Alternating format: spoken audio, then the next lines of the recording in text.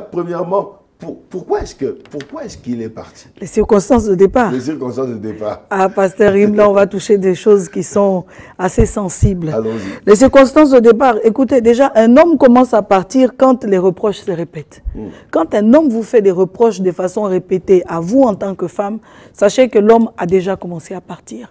Quand il se plaint de votre hygiène, quand il se plaint de votre façon de gérer l'argent, quand il se plaint de votre caractère, quand il se plaint de votre façon de tenir la maison, quand il se plaint des heures auxquelles vous partez, vous rentrez, quand il se plaint de la cuisine, quand il se plaint de ce que vous durez trop à l'église et que vous passez moins de temps à la maison, quand il se plaint donc de la façon dont vous vous habillez, de l'éclat qui a baissé, quand il se plaint de la forme, quand il se plaint de toutes ces choses, sachez qu'il a déjà commencé à partir.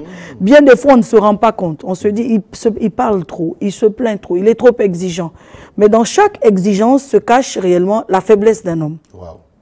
Dans chaque exigence exprimée se cachent les attentes d'un homme. Ce qu'il attend au fond. Il ne vous dira pas, je ne veux pas que tu fasses ça. Il dira, tu fais trop ça. Il ne vous dira pas, je ne veux pas que tu parles de cette façon. Il vous dira, tu parles trop de cette façon. Je ne veux pas que tu t'habilles comme ça. Il vous dira plutôt, j'aime ou du moins, est-ce que tu ne pourrais pas mettre telle tenue? Donc, dès l'instant où ces choses commencent, où les reproches sont répétés, l'homme a déjà commencé à partir. Malheureusement, les femmes ne s'en rendent pas souvent compte. Parce que dans la tête d'une femme, un homme avec qui il y a déjà 1, 2, 3 enfants, il y a déjà les familles qui se connaissent, il y a déjà la dot, les liens du mariage, le pasteur nous sait ensemble et on se dit déjà, c'est un acquis. C'est un acquis, l'église évangélique ne permet pas les divorces, donc de toutes les façons, il est là. Mais il y a plusieurs façons aussi de partir, pasteur Rim. Il y a partir en partant physiquement, et il y a partir en étant là, mais n'étant plus là. C'est-à-dire qu'il est là, mais son cœur, son esprit, ses sentiments, ses plaisirs, ses joies sont ailleurs. Et bien des fois, justement, c'est ça qui est difficile. Parce qu'on le voit là, mais on ne l'a plus. Il est devenu un peu comme insaisissable. Il est là juste de corps. Mais à l'intérieur de lui, tout ce qu'il y a qui le fait, en réalité, est déjà parti. Voilà. Et donc, les circonstances de départ sont souvent liées à des malaises. L'homme n'est plus à l'aise par rapport à une mauvaise sexualité. Il y a aussi ça. La sexualité est devenue fade, c'est devenu maintenant quelque chose de monotone. Il n'y a plus de plaisir dans le visuel parce que quand on parle de sexualité, avant qu'elle ne soit un échange, elle est d'abord visuelle, elle est donc verbale. Et il n'y a plus rien de bon qui passe. Il n'y a plus d'attirance, il n'y a plus de bons mots. Il n'y a plus de beau dessous, il n'y a plus d'entretien du corps, il n'y a plus de valeur, même que l'épouse est en train de démontrer. Et quand l'homme s'habitue donc justement à tout ce qui est fade, il commence à partir. Donc il peut partir physiquement, comme il peut être là et être parti. Donc c'est un danger. C'est un danger. Installer la routine. La routine. Installer la routine est un danger. Manifester un mauvais caractère, un caractère de panthère, est un danger. Parce qu'il y a des femmes qui sont agressives dans le foyer. Il y a des femmes qui sont autoritaires dans le foyer. Il y a des femmes qui sont vindicatives dans le foyer. Il y a des femmes qui sont donc matérialistes dans le foyer. Et quand on tire trop sur la corde, justement, l'homme réagit. Il réagit soit de manière passive, il est là mais il n'est plus là, soit de manière vraiment active et dynamique, il s'en va, il claque la porte, un matin, il est parti. Et il y a aussi donc l'ingérence des parents. Donc, monsieur est marié à vous, mais c'est votre mère qui fait la cuisine, c'est votre mère qui fait tout donc dans la maison. Finalement, il n'est pas marié à votre mère. Donc, progressivement, ça le détache de vous. Ça le détache progressivement. Il y a le fait aussi que, au bout d'un certain temps, des femmes n'arrivent plus à entretenir leur relation amoureuse avec leur homme. C'est dit, bon, ça fait déjà un certain temps, il se prend en charge, il mange seul.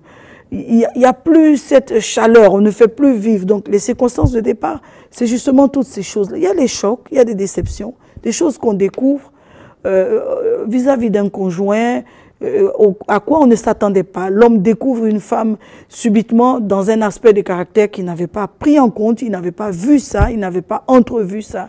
Et le choc y est. Mais parfois, elles vont dire, il m'a pris comme ça, c'est à prendre ou à laisser. C'est comme ça. Justement, c'est là où je reviens sur la question de considérer donc le mariage comme un acquis. Le mariage n'est pas un acquis. C'est chaque jour que justement il faut entretenir la flamme. C'est chaque jour qu'il faut faire en sorte que ce départ n'arrive jamais. C'est chaque jour qu'il faut l'enraciner encore plus dans le foyer, votre conjoint. C'est chaque jour qu'il faut vous montrer encore plus aimante. C'est chaque jour qu'il faut vous montrer plus compréhensive, plus attentive, plus proche de lui, plus près de ses préoccupations. C'est chaque jour que vous devez vous montrer que vous partagez ses passions, que vous êtes au cœur de ses besoins. C'est chaque jour qu'il faut se montrer donc une partenaire qu'il découvre d'un point de vue sexuel, une amie qui découvre d'un point de vue donc de votre capacité à l'écouter, à l'épauler, voilà, à communiquer, une partenaire d'un point de vue à le soutenir dans les moments difficiles. Parce que ça peut arriver aussi qu'un homme traverse des moments difficiles, mais c'est chaque jour. Et dès l'instant où vous prenez comme Sarah, Sarah avait un problème crucial de manque d'enfants. La Bible le dit dans Genèse, elle n'avait pas d'enfants. Mais arrivé un moment, Sarah l'a pris comme un fait, j'ai de l'âge, je ne peux pas faire d'enfants. Jusqu'à ce qu'elle sente que pour son mari, c'était un besoin. Il était prêt à faire hériter donc son serviteur. C'est dire à quel point il avait besoin d'enfants. Donc cette compensation-là, de chercher donc quelqu'un à tout prix qui hériterait de lui. Et lorsque Sarah va voir jusqu'où son époux est capable de partir, paf, elle ramène sa servante. Donc plutôt que de s'arranger, plutôt que de se corriger, elle ramène sa servante. Donc chaque fois qu'une femme est en train de fragiliser sa responsabilité, donc est en train de relâcher dans ses devoirs, qu'elle le veuille ou pas, elle est en train de ramener une femme dans le lit de son mari. Chaque fois qu'une femme baisse les bras, elle est en train de ramener. Chaque fois qu'une femme manifeste un caractère de crabe, un caractère exécrable, elle est en train de dire à son mari, écoute, prends celle qui est là et qui est plus douce. Attache-toi à celle qui est là et qui ne te traite pas comme moi je te traiterai. Pourquoi Vatsi a perdu son mari? C'était une question de circonstance. Il l'aimait, mais une circonstance l'a révélé d'une manière exécrable et il s'est dit, mais tant qu'à faire. Même là encore, c'était malgré lui. Il y a aussi l'environnement qui peut jouer avec le départ d'un homme. Donc, vous en faites un peu trop parce que votre conjoint tient à vous, il insiste et il reste. Mais pour Vassi, il y a eu un environnement qui a dit non, tu ne la gardes pas. Et l'environnement, ça peut être la belle famille, ça peut être les amis, ça peut être le milieu professionnel où on se dit non, tu es en train de péter un câble, écoute, tu ne peux pas rester avec cette femme. Et à force, ça finit donc par arriver. Donc, les circonstances de départ, il y a tout ça. Il y a des choses qu'on sent, qu'on voit venir, il y a des choses qui s'imposent à nous. Voilà. Et puis, j'ai rencontré une dame qui, une fois, qui me dit, on était mariés, on était bien, mais un jour il est parti. Un jour il est parti, pourquoi? Parce qu'on ne s'est pas rendu compte qu'il était en train donc de s'attacher à quelqu'un d'autre. Il y a ça. Nous vivons dans un monde et l'homme est beaucoup attiré par ce qu'il voit. L'homme est sensible. L'homme est sensible. Quand il voit Ève dans ses cris, il n'attend même pas que Dieu qui a créé Ève lui présente Ève. Il s'écrit, voici. C'est lui donc finalement qui présente Ève à Dieu qui l'a créée. Voyez. Donc pasteur Im, c'est ça. Parfois on est tellement donc familier dans le couple qu'on ne fait plus d'efforts et l'homme s'attache à quelqu'un de proche. On ne le sent pas partir. Il y a aussi le facteur spirituel. Un homme peut être envoûté par une autre femme. Un homme peut être séduit. Quand vous ne séduisez plus votre mari, quand vous n'êtes plus en train de lui plaire dans certains aspects, dites-vous qu'il est disponible et disposé à être séduit par une autre femme. Une femme doit plaire en tout temps et en toutes circonstances. Il n'y a pas d'âge pour plaire. Il n'y a pas de nombre d'enfants pour plaire. Il faut plaire. Vous connaissez votre mari, vous savez ce qu'il aime. Le genre de femme qu'il a aimé, c'est vrai, les maternités vont agir, mais il faut se tenir. Il faut maintenir le cap malgré tout. Donc, bien des fois, c'est arrivé aussi parce qu'il y a eu des choses comme l'envoûtement, des choses qui ne... Comment vous le dire? Des choses qui ont ouvert la brèche et qui ont laissé partir votre mari. Mais l'envoûtement aussi, elle cherche des portes ouvertes. L'envoûtement même cherche aussi des portes ouvertes. C'est à force donc de n'avoir pas veillé à le garder que progressivement, il est parti jusqu'à ce que quelqu'un le prenne. Waouh. Est-ce que c'est possible de faire revenir quelqu'un qui est parti à ce niveau-là? Oui, pasteur Im, je pense que c'est possible de faire revenir. Je pense que bien des fois, c'est par fatalité que ça devient donc quelque chose de consommé, que la séparation devient quelque chose de consommé. Je pense qu'avant qu'il n'y ait donc cet aspect, ça y est, c'est fini, il y a toujours une semence de vous en lui. Vous avez donc eu une vie, vous avez donc partagé un certain nombre de choses en vous, Avant donc qu'il ne s'attache à une autre femme, il a d'abord été attaché à vous. Donc vous pouvez encore jouer sur le ramener. Ramener l'homme, déjà, il ne faut pas laisser les choses se détériorer jusqu'à un certain niveau. Il y a un niveau où les choses se détériorent, où ça devient très très difficile. Mais il ne faut pas permettre aux choses de se détériorer jusqu'à... C'est pour ça qu'il ne faut pas entretenir des rancunes. Il ne faut pas entretenir des tensions vives. Il faut s'interdire de se dire aussi un certain nombre de choses. Il faut s'interdire d'agir, de vexer, d'embarrasser, de blesser jusqu'à un certain niveau. Il faut s'interdire de dire jusqu'à quel niveau on vous a aidé. Une femme peut avoir aidé son mari, mais ça devient quelque chose qu'elle classe devant Dieu. Dès l'instant où elle commence à lui rappeler cela, écoute, c'est moi qui t'ai fait, c'est grâce à moi que... Problème de dignité. Oui. Il finira par partir. L'ego.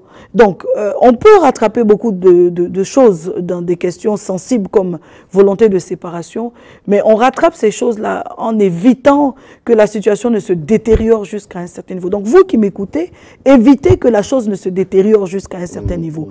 Il faut aussi éviter trop d'ingérence. Écoutez, ramener un homme à la maison, il y a aussi beaucoup d'humilité.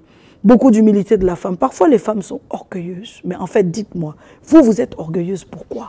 Quel est le problème qui vous rend aussi orgueilleuse, madame? Même que vous ayez un salaire, même que maintenant vous ayez donc un bulletin de salaire, même maintenant que vous ayez les moyens, même que vous ayez commencé à construire une maison, même que vous ayez des économies jusqu'à un certain niveau, même que vous portiez des sacs de valeur. Dites-moi, la question, c'est pourquoi est-ce que vous vous sentez obligé de défier votre homme? Défier son homme, c'est déjà s'exposer à le voir partir. Donc, déjà, quand on commence à se sentir interpellé, mon mari s'en va, on le reconnaît dans quoi? On le reconnaît dans la tiédeur qu'il manifeste à notre présence.